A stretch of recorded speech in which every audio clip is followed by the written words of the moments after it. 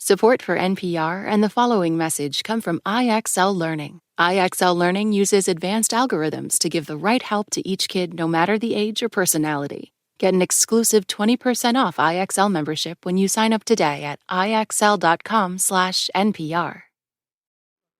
Mad money? Well, it depends on where they're placed. They can be wherever you want them. For the pockets so that no snow On a warm gets day into in it, November the zipper holding the 1963, hoodie is easier. local Dallas TV station WFAA was broadcasting a show about women's Then fashion. there's zippers up the side so that the jacket will fit tightly around the hips, keeping that straight, sleek look that it When should have suddenly, in the out of nowhere, arm. the show was stopped. And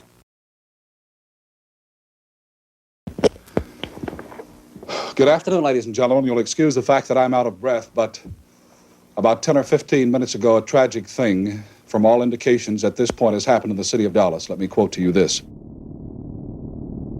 When the broadcast came back on air, a man appeared on screen looking pale and in shock. He says, President Kennedy and Governor John Connally have been cut down by assassins' bullets in downtown Dallas. The American president, John F. Kennedy, along with the governor of Texas, were shot. Newsrooms were in chaos trying to figure out what happened. Mr. Kennedy was struck in the head. The first reports say that President Kennedy has been seriously wounded by this shooting. President Kennedy is reported to be fighting for his life in a Dallas hospital, but reports conflict. for about an hour, there was no official announcement of whether the president or vice president were dead or alive.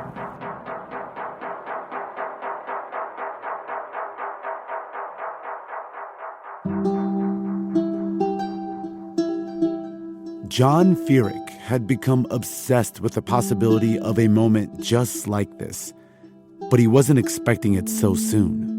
My name is John Feerick. I'm a professor at Fordham Law School.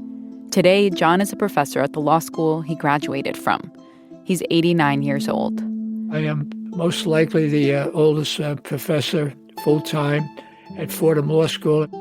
But back in 1961, 2 years before Dallas, John was an idealistic, newly minted attorney on a mission to convince people that something essential was missing from the Constitution: clear instructions for what should happen if a U.S. president was unable to do his job. He researched it for years.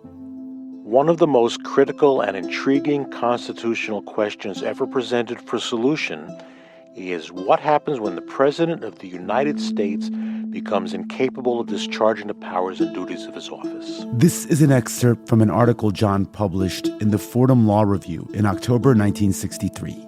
Does the Vice President become president for the remainder of the term, or does he merely act as president during the period of inability? The Constitution is not explicit. John focuses in on Article 2, Section 1, Clause 6 of the Constitution. It goes like this.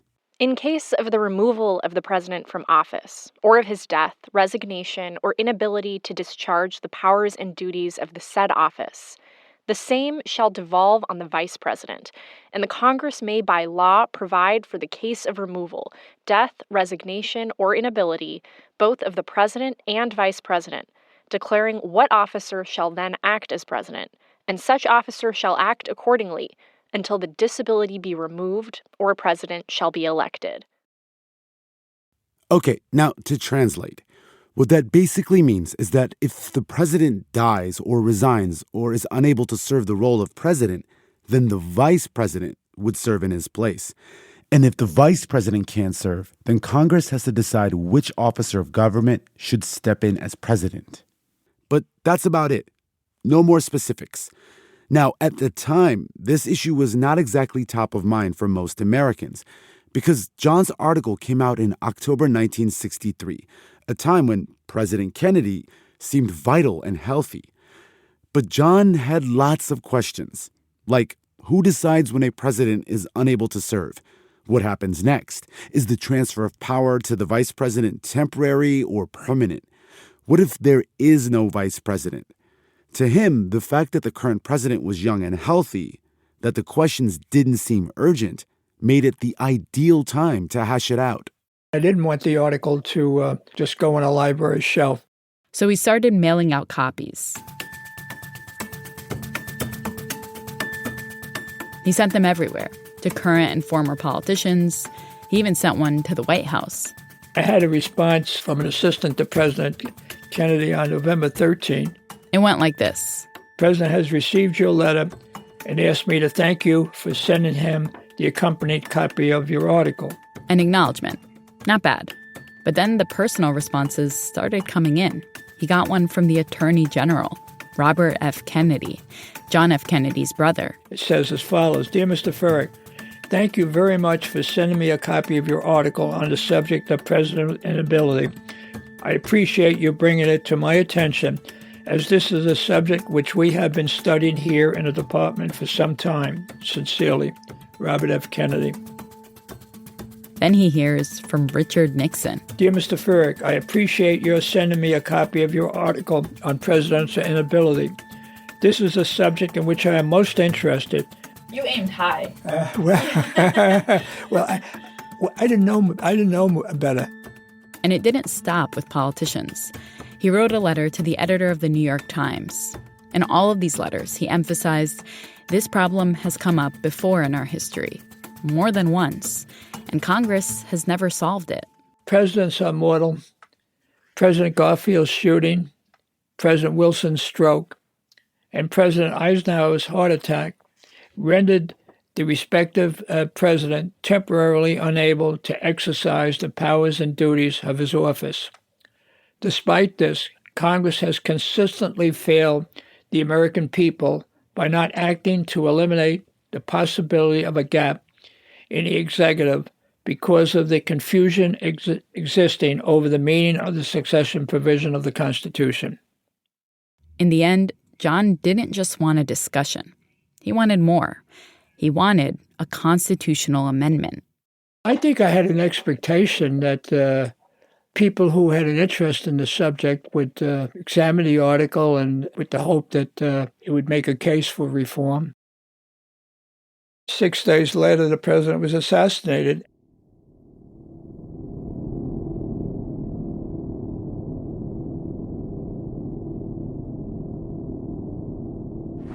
It's official now. The president is dead. There's only one word to describe the picture here, and that's grief, and much of it. It's official, as of just a few moments ago. November 22nd, 1963. John F. Kennedy became the 8th U.S. president to die in office. Suddenly, the alarms John Feerick had been raising became very loud. And John believed that then, finally, someone would do something about it.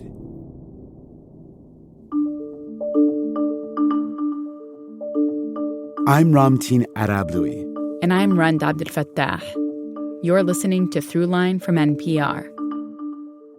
Written into the Constitution is a way to change it, but we do that less and less. On this episode of our ongoing series, We the People, the story behind one of the last amendments to the Constitution, the 25th, and the man who got it done. Hi, this is Mike from Brno in the Czech Republic, and you're listening to Throughline, a class act, this program.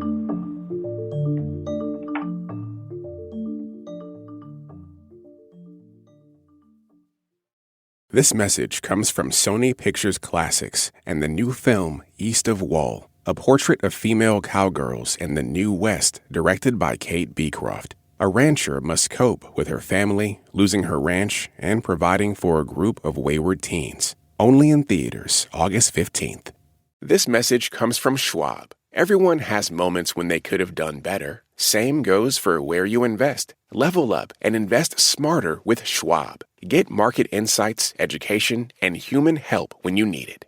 This message comes from FX's Alien Earth. From creator Noah Hawley and executive producer Ridley Scott comes the first television series inspired by the legendary Alien film franchise. A spaceship crash lands on Earth, bringing 5 unique and deadly species, more terrifying than anyone could have ever imagined. And a technological advancement marks a new dawn in the race for immortality. FX's Alien Earth, all new Tuesdays on FX and Hulu.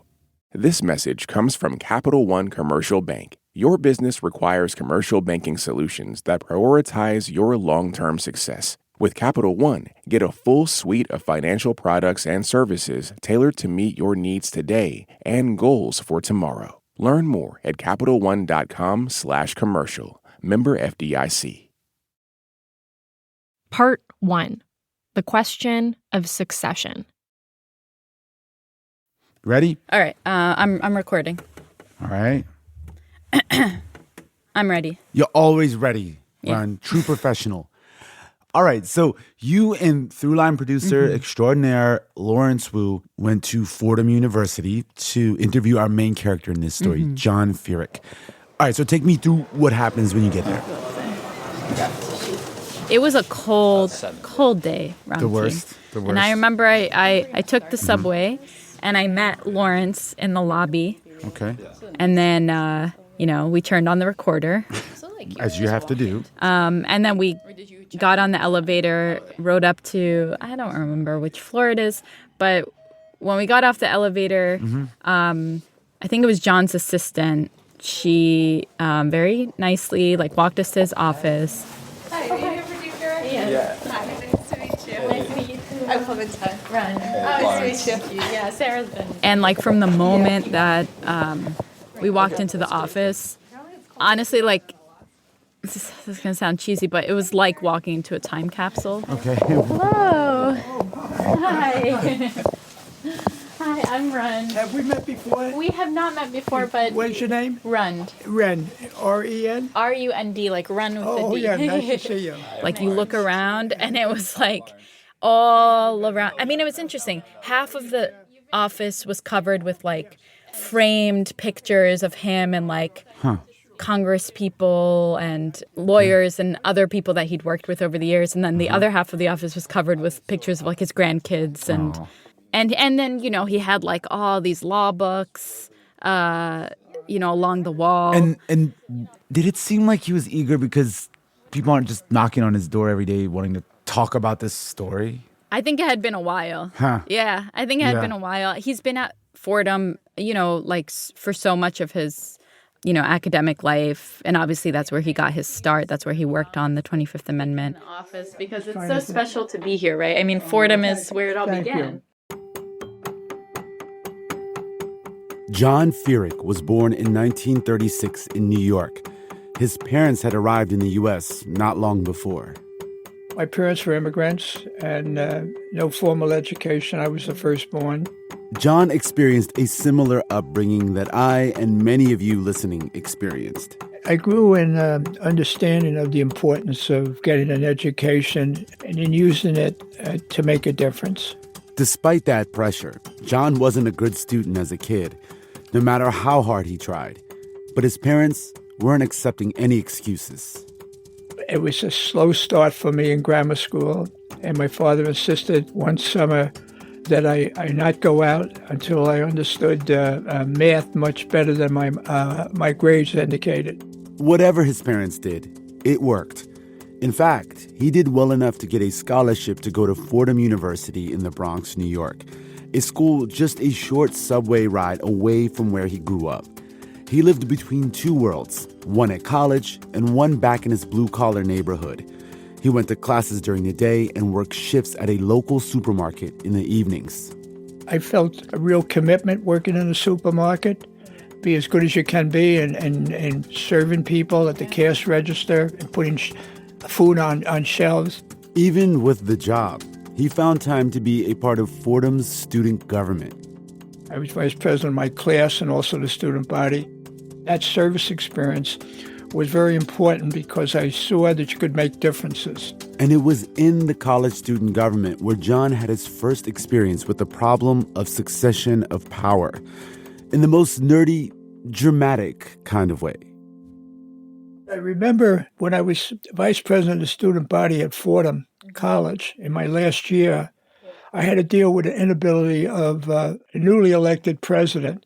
Inability, as in the president is unable to serve. What would that mean? A medical issue? Yeah, he had a medical issue. A medical issue, okay. And as soon as he was elected, he resigned.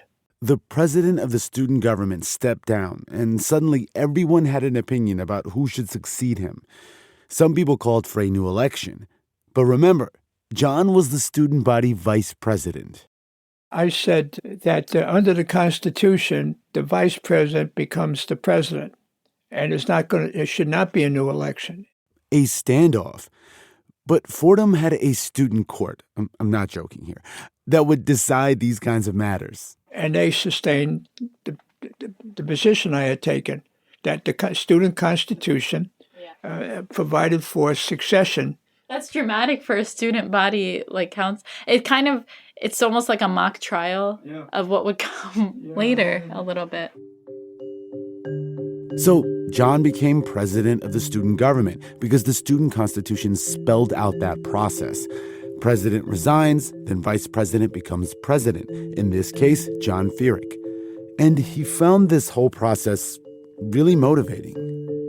It became clear to me by the time I got into my last year of college that going to law school would be very supportive of an interest in going into elective politics and making a difference. So John applied for law school at Fordham University and got in. He thrived there.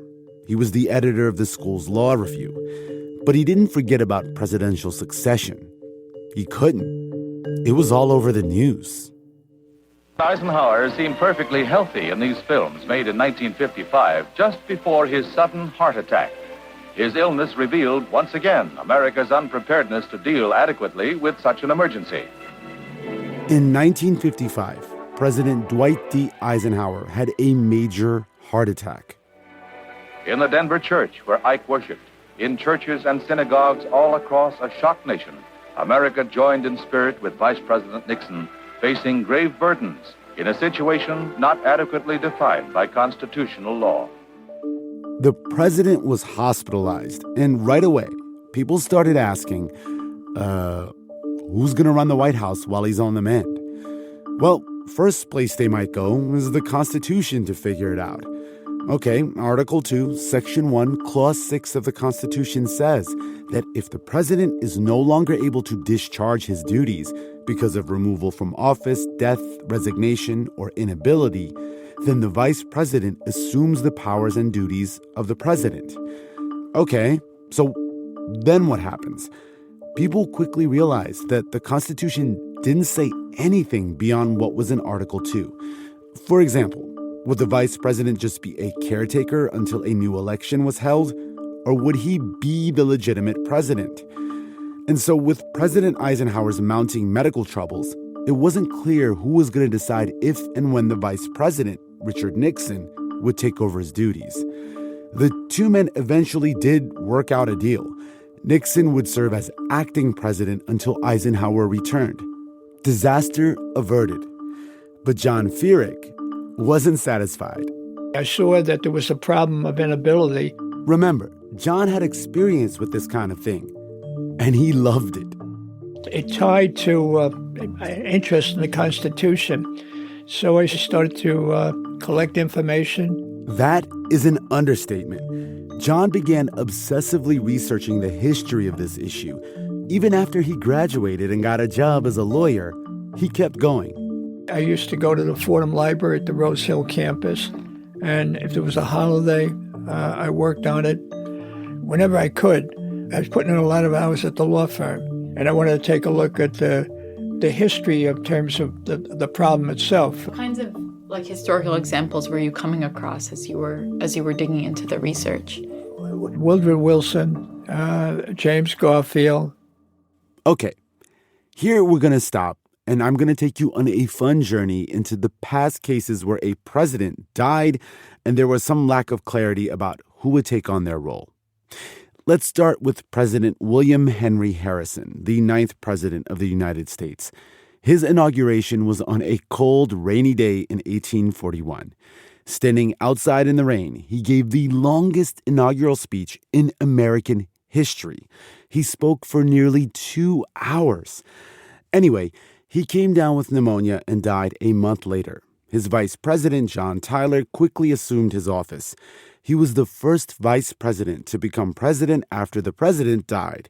It set up a new precedent because up to that point, no president had died in office. And again, there was no explicit instructions in the Constitution about what to do. But interestingly, President Tyler never appointed a vice president and himself nearly died in a sailing accident 3 years later. And then there was President James Garfield, the 20th president of the United States. He was shot at a train station in Washington, D.C. in July 1881. He survived but was severely injured and bedridden for weeks. He wasn't dead, and people tried everything to keep him alive. Even Alexander Graham Bell, the inventor of the telephone, tried his newly created metal detector to help doctors try to find where the bullet was lodged in the president's body. But it didn't work. And Garfield couldn't really function as president as an infection slowly destroyed his body. Garfield ultimately lived for 80 days, and the entire time, many people in the country wondered, who should serve as president? There was basically no acting president until Garfield died and the vice president took his place. And finally, there was another famous case, this time from the 20th century. In 1919, Woodrow Wilson, the 28th president of the United States, had a massive stroke, which incapacitated him for the remainder of his presidency. Many historians believe his wife, Edith Wilson, was effectively acting as president in his absence for nearly a year and a half until the end of his term. Through his research, John Feerick saw all these cases and realized that even though this problem had come up repeatedly in U.S. history, no one had ever crafted a permanent solution. I was shocked by that. And so he decided he was going to channel that shock into writing an article about it. And of course, being a former editor of the Law Review, I had a pathway to writing about the problem of president's inability, and that became my most important writing. His October 1963 article in Fordham Law Review. It was called The Problem of President's Inability. Will Congress Ever Solve It? The Problem of Presidential Inability. Will Congress ever solve it? Question mark. Question mark. Well, I guess this is the thing, right? Because, you were writing it at a time when John F. Kennedy is in office, a young, strapping president. And I guess I wonder, why did you think this was so important? It's because it sounds like, you were spending your weekends, your holidays working on this question. Why did you feel like the average person should even care? Why did you think that that was an important problem to solve? The articles I read and the learning that I developed indicated that there was really a major problem here. And they just couldn't get their hands around how to solve it. And what in the most simple terms was the problem for the average person? And what could the potential consequences be of not solving it, I guess? Well, I guess one way to look at it, go back to the Constitutional Convention. The Constitutional Convention was the big meeting that lasted the entire summer of 1787, where a group of delegates from the American states met in Philadelphia and wrote the U.S. Constitution. And they saw this coming, this problem of presidential succession that John was tackling almost 200 years later. The delegates actually discussed it. At some point in the convention, John Dickinson of Delaware, as I recall, says, "What is an ability?" Yeah. He says that who determines what is an inability? Mm-hmm. And he's asking this in 1787. 1787. Yeah. And so what is an inability? What happens in the case of an inability, so to speak? Mm-hmm. And who determines it? And nobody answered him. What is the threat to the country potentially? Or what is the threat hanging over the country in the event of an inability of the president? I wrote the article at a time of potential nuclear war. And if something happened to a president who is still alive, after an assassination attempt or illness, for example, the consequences for the country would have been enormous. Yeah. It would have been a crisis.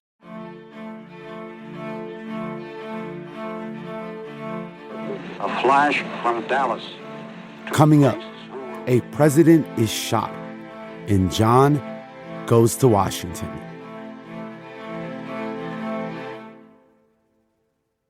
This is Rachel from the Upper West Side of Manhattan, and you're listening to Throughline on NPR. This message comes from MIDI Health. Women in midlife face a healthcare desert, but MIDI is here to fill the gap, offering expert care for perimenopause and menopause covered by insurance. Hot flashes, insomnia, brain fog, weight gain, and moodiness don't have to be accepted as just another part of aging. MIDI clinicians understand how these symptoms can connect to menopause and prescribe a wide range of solutions. Book your visit today at joinmidi.com. That's joinmidi.com. This message comes from Jerry. Are you tired of your car insurance rate going up, even with a clean driving record? That's why there's Jerry, your proactive insurance assistant.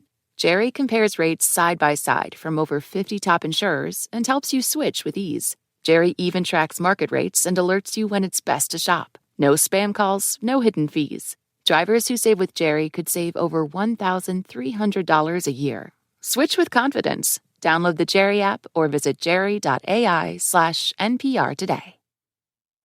This message comes from DSW.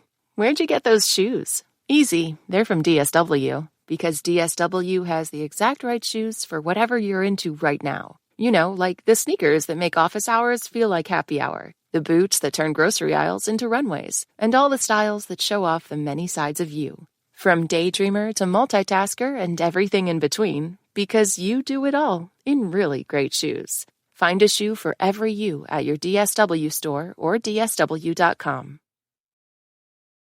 Part 2. The Road to an Amendment. Well, the president was shot in Texas. What is your reaction to that? Well, I tell you, it upsets me very much to hear that, because that's the only man that I got my trust in for president. On November 22nd, 1963, when President John F. Kennedy was pronounced dead, John Feerick was only 2 years out of law school. I remember being in a meeting as a young lawyer and receiving a call telling me the president had just been shot. We were all just in a state of shock hearing that. Even before that day, John was already laser-focused on the question of what would happen if a president suddenly couldn't serve. For about an hour, there was no official word if JFK was alive or dead. In that uncertainty, John gamed out the options. It clearly would have been disabled, and we would have had a crisis on our hands with the ambiguity about the status of a vice president in a case of inability. Does he take the office for the rest of the term of that president, even if the president recovers?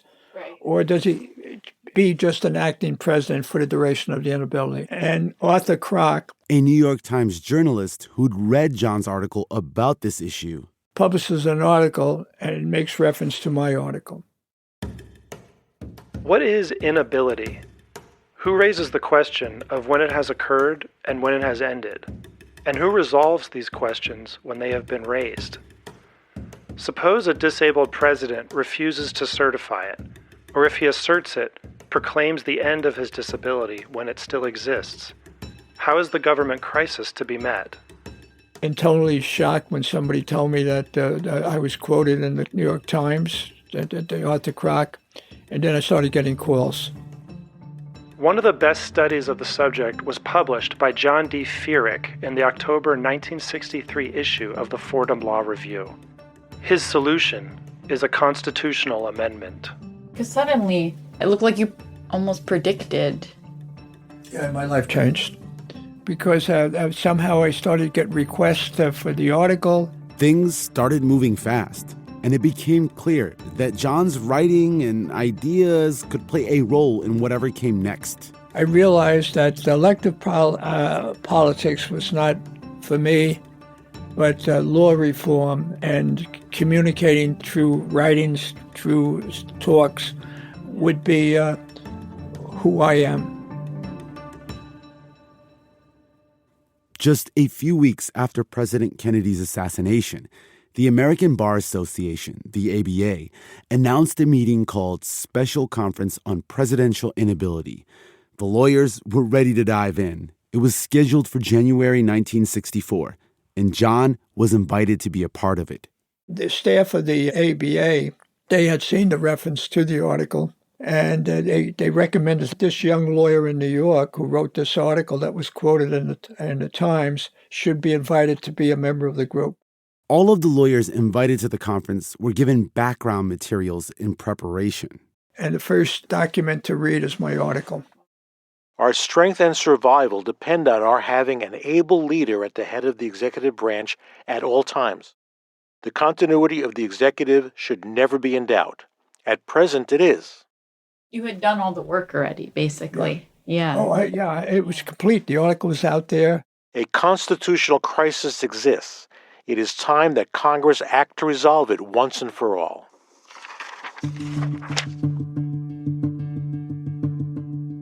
So John goes to the ABA meeting in January. He's sitting around with all these lawyers. One of them was even an elected politician, Democratic Senator Birch Bayh from Indiana.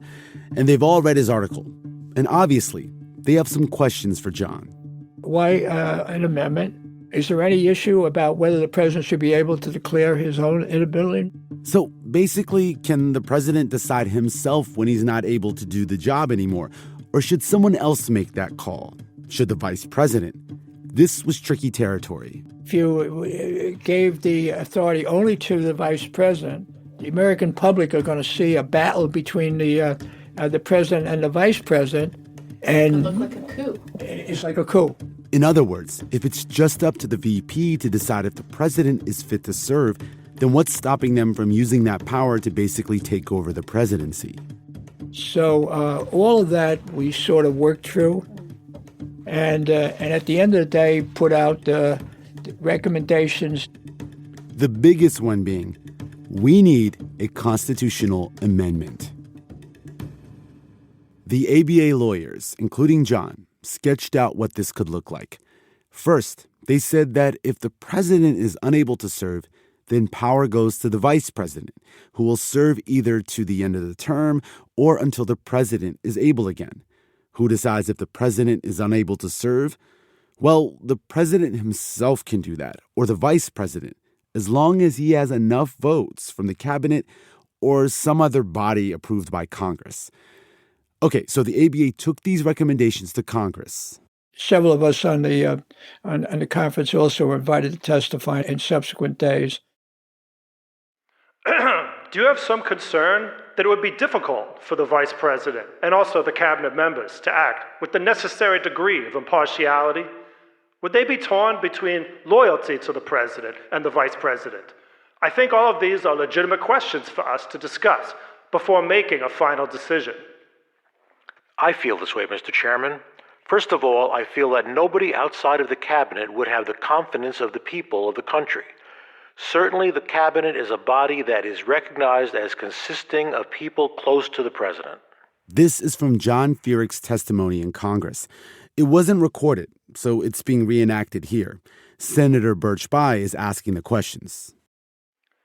In other words, you don't think removal of a disabled president is something to be taken lightly? Not at all, Senator.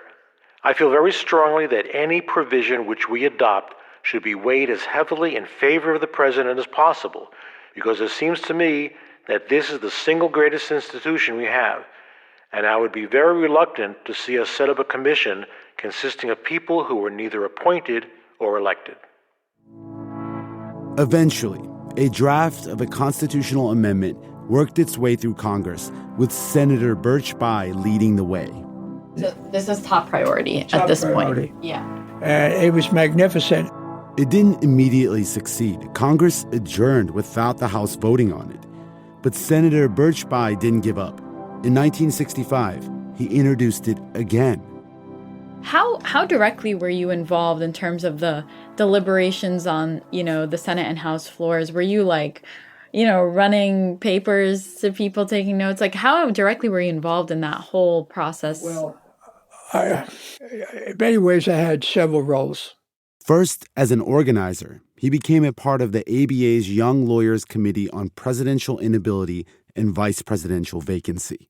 I did the best I could to energize the Young Lawyers of America, and we were very active, talking to the members of Congress from our state, both the House and the Senate. Second, educating lawyers and the public about the amendments.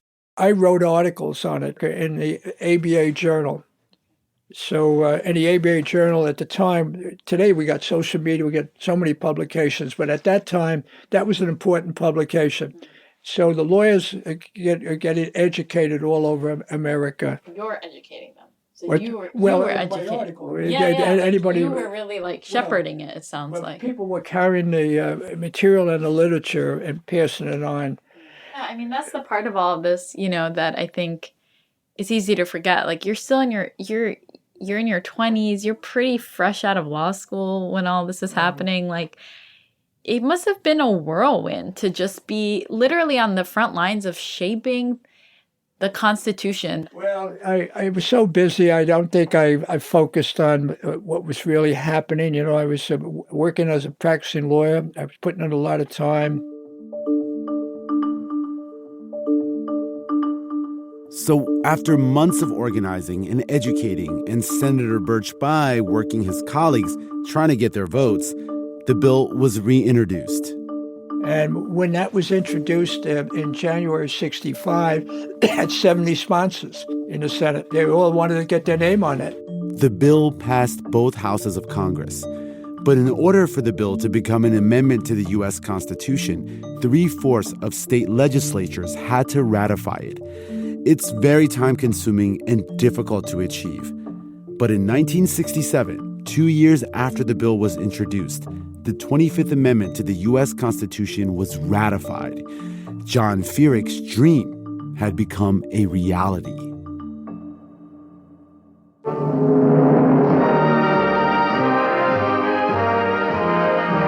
At the White House, a vital piece of legislation reaches President Johnson's desk.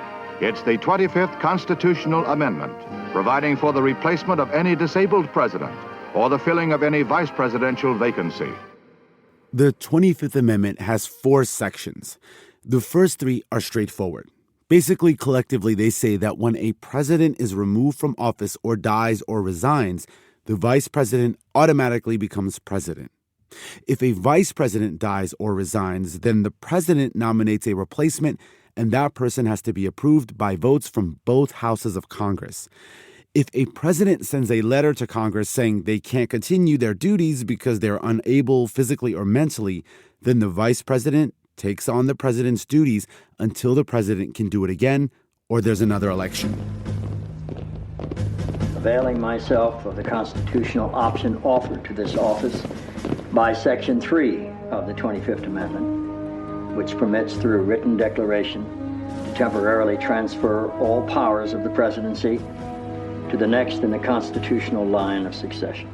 Anyone else who watches the show The West Wing, like me, might remember when President Bartlett invoked the 25th Amendment after his daughter was kidnapped. There was no vice president, so he handed power to the Speaker of the House. I want it as clear as can be that this administration stands squarely behind and shoulder to shoulder with the acting president. Then there's Section 4, the longest section, the most controversial one. It basically says that the vice president and the cabinet or some other body designated by Congress can determine if the president is unable to serve. If they get together and vote that the president is mentally or physically incapacitated, then the vice president will assume the powers and duties of the president. I'm wondering if you can explain what the thinking was in terms of making it pretty, like a really high bar, essentially to get to the point where a president is being declared, as having an inability. We start with the principle that people choose a president, as we recently did, for a term of 4 years. And that's a major part of the Constitution. So the amendment makes it clear. If it goes to Congress, the vote is in 2 houses, and it takes 2/3 of each house. And it was felt that was really protective of the 4-year term, and nobody wanted to process an inability where we got to make an instant decision, and it could be a crisis if you don't make it. President's plane went down, you can't find the president, whatever it might be.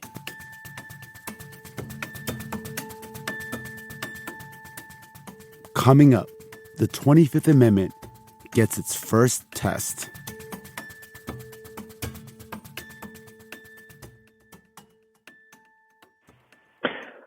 Hi, my name is Alistair Hatting, and I am a professor of history at Muskingum University in New Concord, Ohio. I often use your show in my classes. You are listening to Throughline from NPR. This message comes from NPR sponsor Thrive Market.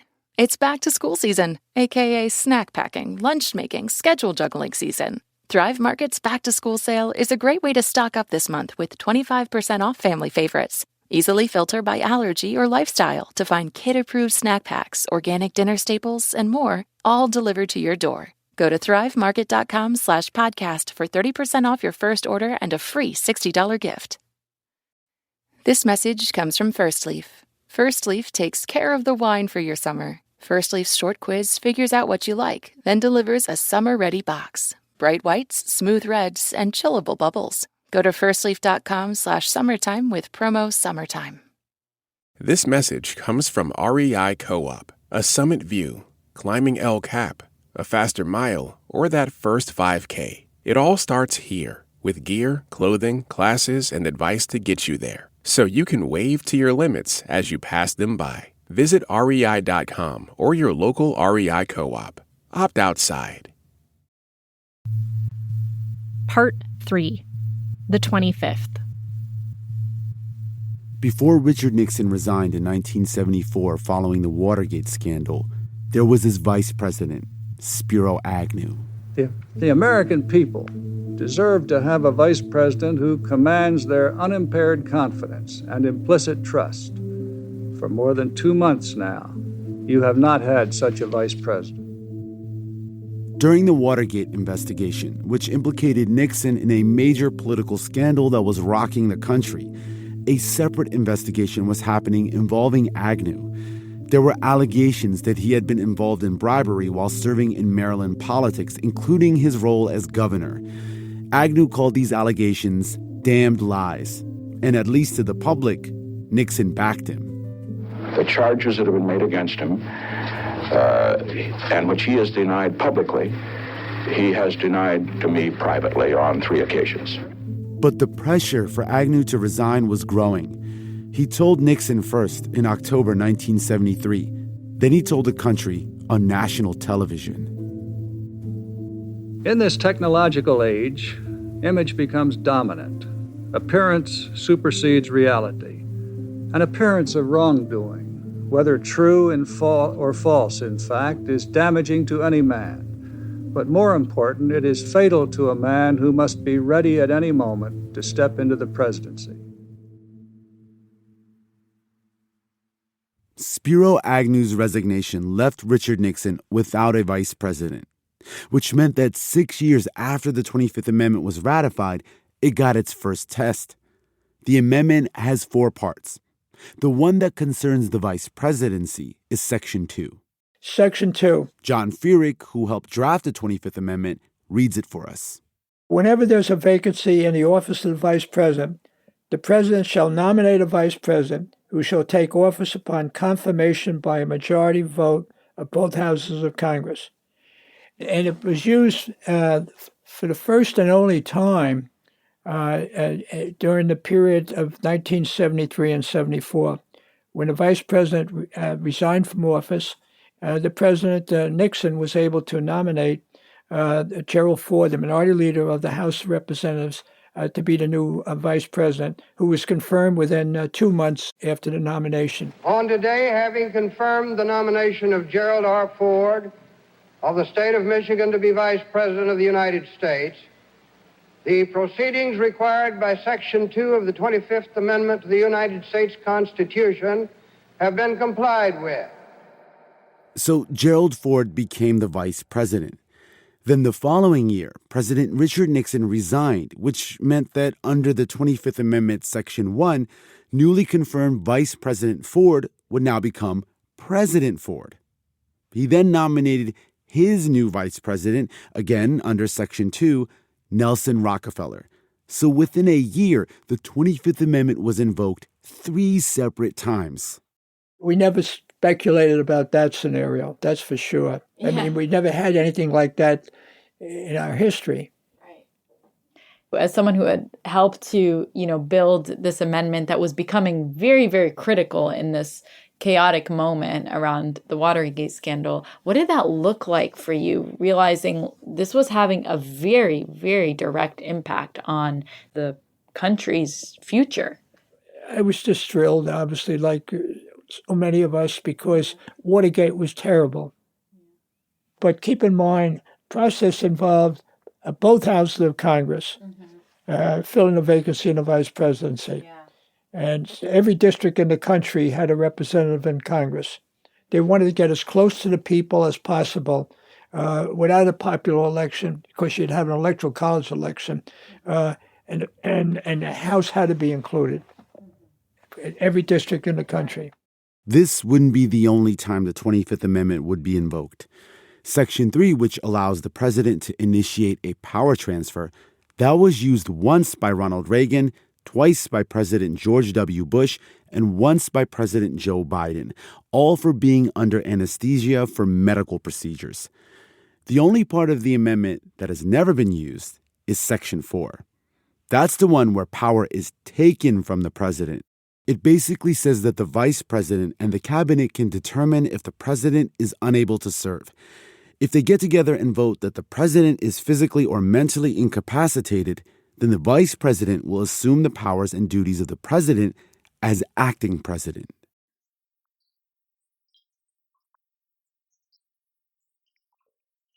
Section 4 almost had to be invoked when President Ronald Reagan was shot in 1981. A bullet was about an inch from Reagan's heart, and he had to undergo surgery. But it wasn't invoked. People also mentioned Section 4 more recently when talking about former President Joe Biden's age, and when President Trump's opponents questioned his capacity to lead at the end of his first term. But so far, all that discussion has only been hypothetical. Obviously impossible to predict the future, but I am curious, given your lifetime of work on all sorts of issues relating to the Constitution, and we have been working on a series about amendments, and this is one of the last amendments to have ever been passed. What do you think is the future of the 25th Amendment specifically, and the amendment process generally? I do think at the end of the day, we've been through a lot of issues in our country's history. We had, the Confederacy and long time before women could vote, participate, and African American women, even when other women could vote. And we've been able to move beyond that. The way I see the world, I respect our Constitution. I hear presidents of both parties talk about the Constitution as part of their advocacy. It's a written Constitution. It's been the longest written Constitution in the history of the world. And it makes clear from the start the sovereignty of the people, we the people. And if you want to change the Constitution, it's not easy. But I don't rule out another constitutional amendment, even though it's very hard. And I have the confidence that the American people, whether you understand the Constitution or not, you do understand there's something out there called the Constitution. It's rare to hear someone speak hopefully about any of this, frankly, today. It feels like the popular sentiment is despair, is pessimism. What fuels your hope? We all have an obligation as lawyers to keep hope alive because of the rule of law and our Constitution. And it's not easy. No. But that doesn't mean it can't be done.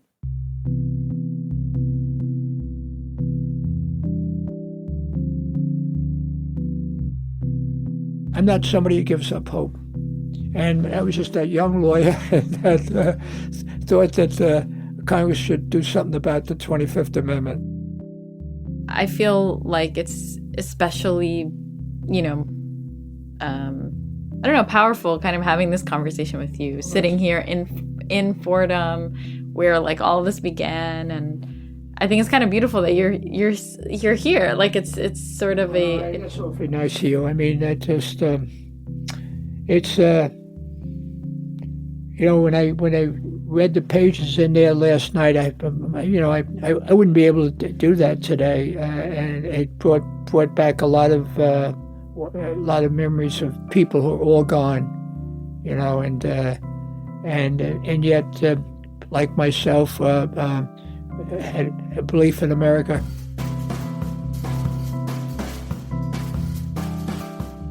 That's it for this week's show. I'm Ramtin Arablouei. I'm Rand Abdel Fattah, and you've been listening to Throughline from NPR. This episode was produced by me. And Lawrence Wu. Julie Kane. Anya Steinberg. Casey Miner. Christina Kim. Devin Katayama. Sarah Wyman. Irene Noguchi. Voiceover work in this episode was done by Neil Rausch and Zach Forrest. Thank you to Jonette Oakes, Keandre Starling, Johannes Durkee, Tony Cavan, Nadia Lancey, Edith Chapin, and Colin Campbell. Fact-checking for this episode was done by Kevin Vogel. This episode was mixed by Robert Rodriguez. Music for this episode was composed by Ramtin and his band Drop Electric, which includes Naveed Marvi, Sho Fujiwara, Anya Mizani. And finally, if you have an idea or like something you heard on the show, write us at throughline@npr.org. Thanks for listening.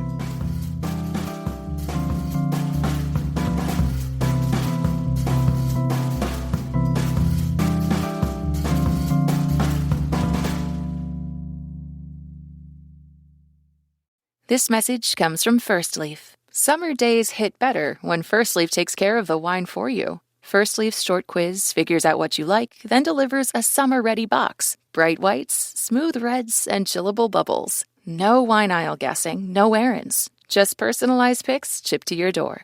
Get your summer sip lineup at tryfirstleaf.com/summertime with promo SUMMERTIME. Your first 6 bottles are just $44.95 and are matched exactly to your taste. That's tryfirstleaf.com/summertime with promo SUMMERTIME.